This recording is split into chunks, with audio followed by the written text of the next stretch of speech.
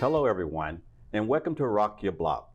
In today's segment of First Home Alliance, today we highlight a remarkable individual who drives positive change in our community. She's an inspiring leader who has dedicated her life to serve both in and out of uniform. After serving our nation for 16 years in the United States Army, including 2 deployments in Afghanistan as a finance specialist and public affairs professional. Her work with Afghan National Army and international forces was instrumental in telling the story of our servicemen and women during Operation Enduring Freedom. After transitioning from military service, Chiquita has utilized her vast experience in government, finance, government resources, real estate, and public affairs to serve her community in the DMV area. A passionate advocate for women veterans, she uses her own experiences with homelessness and mental health challenges to raise awareness and support our veteran entrepreneurs and businesses. Her dedication has not gone unnoticed. Shakita was recognized as a Baltimore Ravens hometown hero and was a finalist in the 2016 Miss Veteran America competition, earning the G.I. Joni Award. She continues to give back as a member of the Women's Veteran Alliance and volunteers with Veterans Growing America. Please welcome to the show, Chiquita Pena. Chiquita, that's remarkable. Thank you. Yes. Why don't you share with our audience your journey here to DC? Okay. Well, I was born and raised in North Carolina, and I attended East Carolina University in Greenville, North Carolina. And I was having a little too much fun in college, and so I needed to make some choices for my life that would lead to positive change. And so I joined the United States Army. Okay. And my service led me to the DC metro area. I was placed on stateside orders to work at the Pentagon. Okay. I think it was an E3 or E4 at the time. So exciting. I loved the area. Mm-hmm. And so I transferred my civilian job, which was banking at the time, and decided that I would make a life for myself in the DMV. Yes, well, that's great. I really like that feel of the finance. Yes, and so did you come here to DC area alone? I did. Yeah. Okay. Yeah. Any family and relatives that's in the area now? I have some relatives in the southern part of Virginia, near Chesapeake, Portsmouth, and Suffolk, but I don't have any immediate relatives. I have a huge family, so I do have some relatives sprinkled up and down the 95 corridor. But I came here all alone, and then ended up marrying and having 2 children of my own. Oh, great. Thank Yes, you. and going back to your military service, what was some of the inspiration and why did you want to join the military? Why did you join? Initially, I joined because I needed direction. I was uncertain about what I wanted to do in school. I thought I wanted to be an accountant, again, back to the finance. Yes. But my performance was not consistent with my true interests or really passions. And what I did know is that, or believed, I understood because I had no prior experience, no ROTC, that the military would provide me some guidance, some opportunities, and lend to discipline. Yes. Okay. And how did you choose the career field in the military, in finance? Well, I guess that's where it it's started, interesting right? how it ended up in finance. Yes. So I made my decision just for structure. And so at the time, because of OIF, they needed a lot of people in transportation.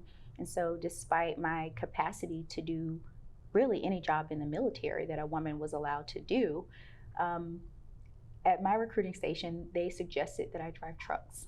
Really? Yes. Okay. So I went through the training at Fort Leonard Wood, Missouri, my basic and AIT. But when I made it to my reserve unit, after a 3-week AT in Germany, my senior NCO said, "Hey, come here." He said, "You don't belong in a motor pool. What did you go to school for and what do you want to do?" And I said, "Well, I was an accounting major and I'm good with numbers. I'd like to do something in that field." And he called a battle buddy of his and he said, "Hey, I've got a soldier for you. I want you to transfer her into your unit and train her. And I want you to make sure that she keeps the bonus associated with transportation." And so I got in finance because I had good leadership. Yes, well, that's great. And you had the position here to work in the reserve, to work in that slot. Yes, so Yes. and that's how and that unit placed me on orders here in DC. Yes. Now, I see that you actually had a couple of deployments. Yes. And did you come into the military, with, the dream of deploying?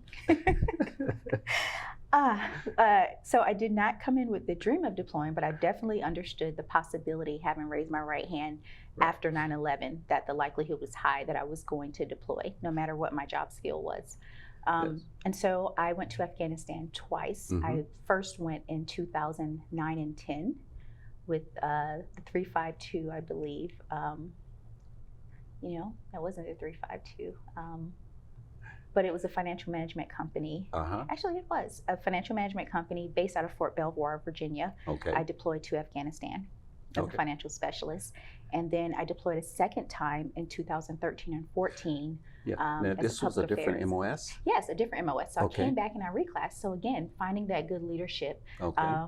A woman, Major Bounds, she was the PA support to the base general. Okay. And he had a really big finance problem, which I was charged to fix, and I did fix it. I had to brief him and explain to him why his pay was so messed up and what we were going to do about it. But because of how I presented the information to him, Yes. I was pretty unshakable, Yes. even though I was scared. Yes. Yes. Yes. And so with finance, but you also had an interest in film. And how did you cover what has been of public affairs? So again, with Major Bounds, the way that I presented the information to the general, she said, "Have you ever thought about public affairs?" And until that moment, I didn't truly understand that there were communications professions in the military. Okay. I didn't know about the Defense Information School or any of that. And so she found me a unit so that when I demobilized, she found me a unit so that when I demobilized from deployment as a finance NCO, that I could then come and reclassify in public affairs. And so when I returned, I did attend the Defense Information School. Okay. Now, what were some of the challenges faced in the military as a female soldier? Well, for me, one, I don't know if the audience can tell, but I'm not very tall. Okay. I stand at 5'1". Yeah. And you came in as a truck driver too. And I came in as a truck driver, and yes. And I was qualified. Okay. But I stand at 5'1", and so I have a small stature. And so, when you put that uniform on, just like your brothers in arms, and you put those boots on, you are charged with performing the duties just as they would. For me, for example, if you can imagine a ruck march, Mm-hmm. well, they usually put the shortest person in the front Right. to keep the pace. Correct. Well, what is a casual walk for someone that's about 5'6" and above is a double time for me. And so, trying to meet the standard and sometimes exceed it, you have to push yourself a little further, Yes. When things like stature are an issue. Yes. So that's just one that I Yes. can think of. Yeah. Okay. And so with that, I know that the military service, you actually here, you deployed. Now, during that deployment, was things settled here at home on the home front? Well, the first time, I will say it was very easy because I was single. I was not a mother, and I wasn't responsible really for anyone but myself. And so I was fully immersed in my mission, and I did not have any worries about what was happening stateside for the most part. But the second time that I deployed, I was a mother and a wife, and Okay. I had to leave behind my toddler, my little girl. Okay. And what was your during that deployment? Was your housing situation, was that stable at that time? During the second deployment, no. I actually transitioned. I deployed from a transitional home based in Alexandria, an organization Was that the final salute? called Final Salute. Yes. That provides safe and suitable housing for women veterans. They had a transitional home, and I was living there because having been in banking right around 2008, if everyone remembers what happened with the housing crisis. market and the Yes. financial crisis. And so while I was on maternity leave, I actually lost my job. And so at the same time, my husband had an injury on his job, a job that did not provide any short-term disability. And so just like that, I was facing homelessness. Yes. And I found out about Final Salute through a career fair for women veterans that was held at the Women's Memorial. And I applied for their home program. Yes. And the founder called me, and she actually said something that I'll never forget. She asked me if I would be willing to give her a chance and to come live in the home with my daughter, and that they had resources that would help me. So I deployed from there to Afghanistan. Wow. Okay. And then once you returned, how was your return back home? The return was wonderful because of the support that I received from Final Salute. I had a great reset. In fact, the founder kept my daughter while I deployed because her father cross-leveled into my unit so that we could both deploy and really, save up our money so that we can come back into a more stable housing situation, so our family came back together, right, Yes. in the same household. And from there, we really thrived. Yes. Well, I see you have a lot of talent, and I think you have put that talent on display. And we're going to go to the break.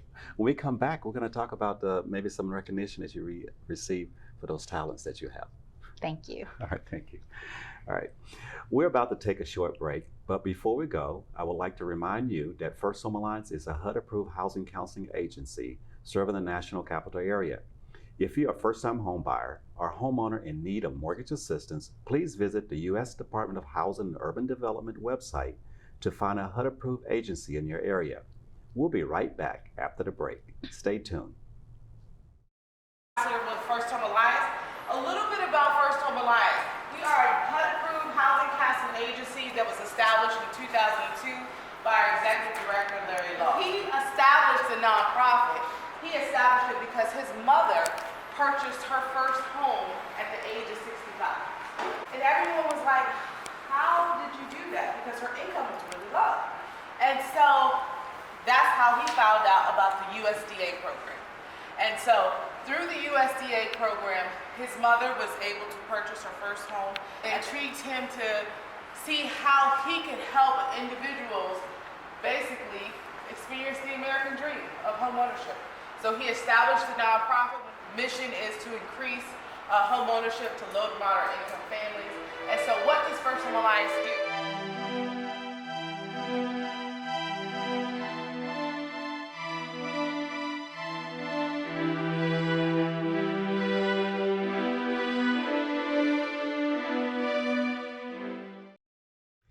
Welcome back. You're watching Rock Your Block. I'm your host, Larry Laws of First Home Alliance. And if you're just now tuning in, we're joined today with our special guest, Chiquita Pena. Shakita, just before break, we were getting ready to talk about the talents that you've been measured. Tell us a little bit about Miss Veteran America. Well, Miss Veteran America highlights the servicewoman beyond the uniform, and they celebrate the service of the over 2 million women veterans who have dedicated their life to serving, as well as those who have paid the ultimate sacrifice to our country. Yes, and so I see that in 2016 you was represented there, and you was evaluated, and you was one of the finalists. Tell us about that experience. Yes, so I competed. This competition has been going on since 2012. I competed in 2016, and I was a finalist. I was one of the top 25 finalists. And among other things, outside of winning the crown, based on the criteria that we are evaluated on, they have like subcategories, if you will. There's awards for She Means Business, for example. Okay. So if you have a great business idea and you have an established business, you can be acknowledged for that. But there's also a little bit of fun. So there's a push-up competition. And it's called a G.I. Joanne competition, Okay. right? Like G.I. Joe, except Joanne. Joanne. And okay. I am proud to say that I did win in Really? 2016. Okay. Yes. I guess you got good form. Yes, and I was a lot lighter back then Okay. too. You have less weight to push. You can do more push-ups. Yes, yes. And I think as a benefit, I've seen usually individuals is a little bit shorter. Those are the ones that can do more push-ups. Long arms, you have to lock out further to lock. There is an advantage, and Yeah. that's one of those advantages to being True. small. That's true. Yes, yes. And you also receive recognition as from the Baltimore Ravens, hometown hero. Yeah. Yes. Tell me about that experience. Wow. Well, so I was nominated for Baltimore Ravens Hometown Hero, and I was selected, and they interviewed me, and they wanted to know about my advocacy at the time. I was advocating during the competition for 2016, but they weren't able to get around to me until after the competition. And so they just did a story on my life and my experiences and how I continue to volunteer and support Pena Salute through with their, at the time it was called Stand Up for Women Veterans. I would help with clothing donation, sorting, as well as doing some photography for the founder and just capturing the experience so that they could use them for whatever purposes they needed. But the experience was, it was so exciting walking out into that field, that stadium, and have my picture on that screen. For me, I felt like every pore in my face could be seen, every flaw that I'm, self-conscious about was up on the screen, in uniform, and everyone stood up for me. It was like a roar, so it was just really an honor to be on that field in my uniform, with acknowledgement of my service to my country, and standing next to 7-foot tall gentlemen who really had to look down at me and say, thank you for your service. And I'm just like staring all the way. I'm like, you're welcome. It was so surreal. It was so surreal, but it was exciting. That is great. Yeah, and also see that you're a member of the Women's Veterans Alliance, National Council for Negro Women there in Ruston. Tell us a little bit about your experience working with that. Okay, so the National Council for Negro Women, they are a collective of organizations, founders being Dorothy Height, among our trailblazers in civil rights, formed that council, and they really support the efforts of services that help inform, that help educate and support the development of Black women in leadership. And so I'm very proud to be a part of that chapter. Yes, and I see that you also got a chance to meet quite a bit of people with Serving Like a Girl. Tell us about that experience and that photo that you have. Okay, so Served Like a Girl is a documentary that follows the lives of a few servicewomen, to include the founder of Pena Salute and the current Miss Veteran America director, who also holds the title of Miss Veteran America Emeritus. She was the first Miss Veteran America. It was produced by Lisa Hesloff, and it follows it explains some of the experiences, the homelessness, unfortunately, military sexual trauma, the mental health issues, many of the factors that actually lead to homelessness. Yes. And what's unique about our service. And they highlight Pena Salute and I believe the 2016 Miss Veteran America competition. And so that I attended the premiere and got to give one of the first looks at the documentary, and had the pleasure of listening to the subjects tell their stories and answer questions from the audience about the value of our service and the need of our servicewomen.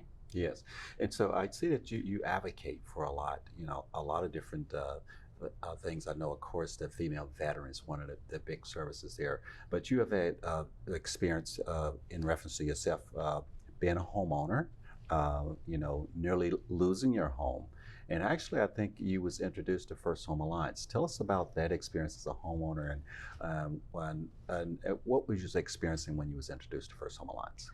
Okay, and again, a full circle moment. So when I won G.I. Joanne, the presenter of that award was then Command Sergeant Major Donnell Johns, who's the owner of Veterans Growing America. And so that's where my relationship with that organization began. And so I actually do their media relations support. At times I volunteer when I'm available. And when I was going through my divorce, my home faced foreclosure. And so while I was unemployed, I had my 3-month-old son and my 11-year-old daughter, and I had to figure out how I was going to pick up the pieces. And so I was at Veterans Growing America talking to Donnell, and he said, you need to reach out to First Home Alliance. Don't forget the name, First Home Alliance. And I did. And so I applied for support, and I went through the financial literacy series. I applied for the HAF, the Homeowners Assistance Fund, and also I benefited from the CHIP program through First Home Alliance. And those supportive services helped me while I came up with a game plan, a strategy to keep my home. Yes. Now, with all the different organizations and community service organizations and that have been there to bridge, and bring you together, how has that impacted your journey? Well, the impact on my journey, first, I have to say it's been positive.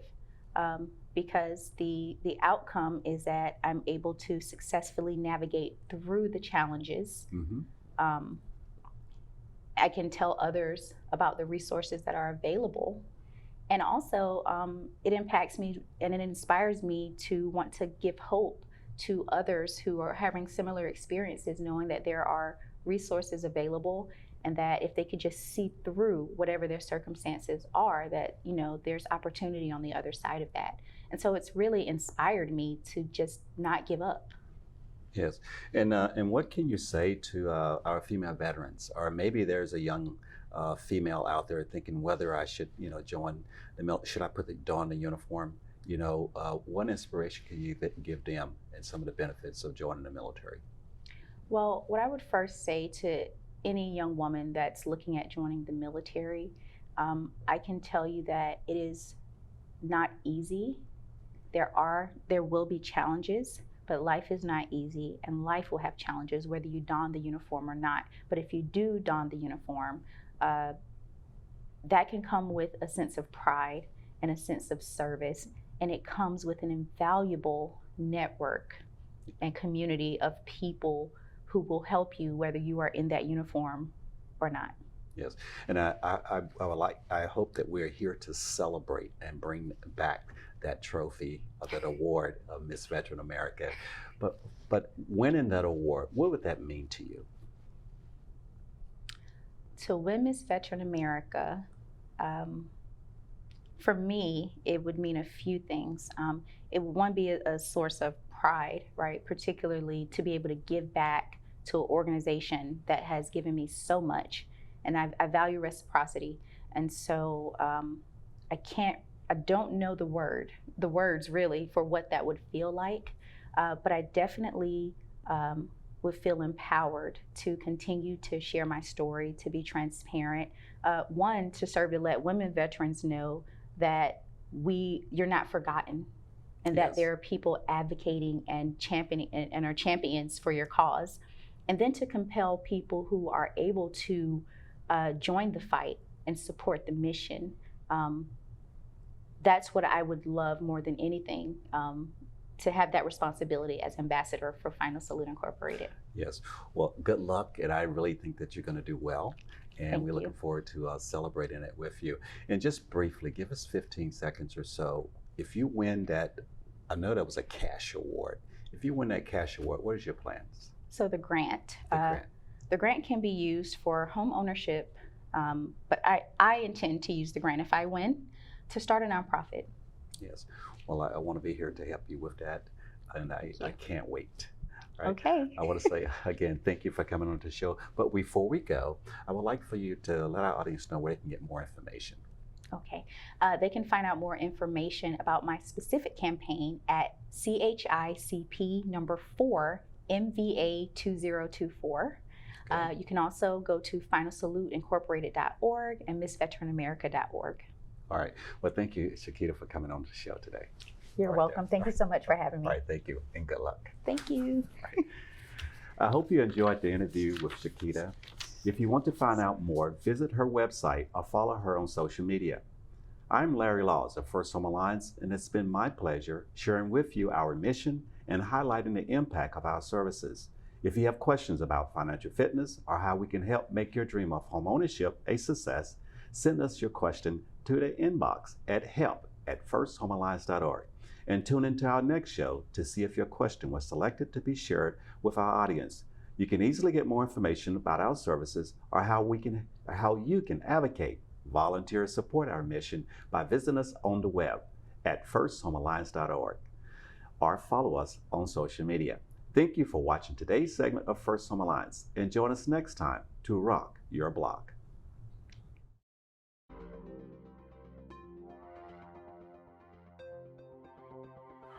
Glad to know that, some of this stuff about credit and buying houses is written down somewhere. A lot of the times it's always hearsay, like other friends or family members who have bought houses before, but they can never, tell you legit what you need to get done and do before buying a house. I definitely think this class should be required for all first home buyers because a lot of times the real estate agent doesn't explain the process to you. So I think this is very important.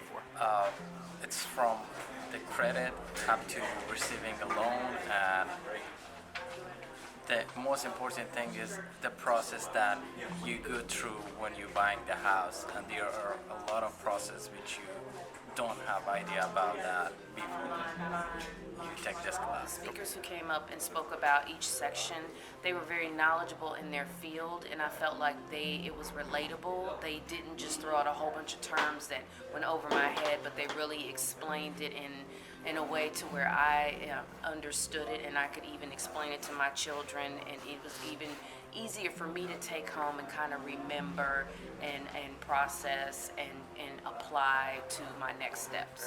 The process was amazing.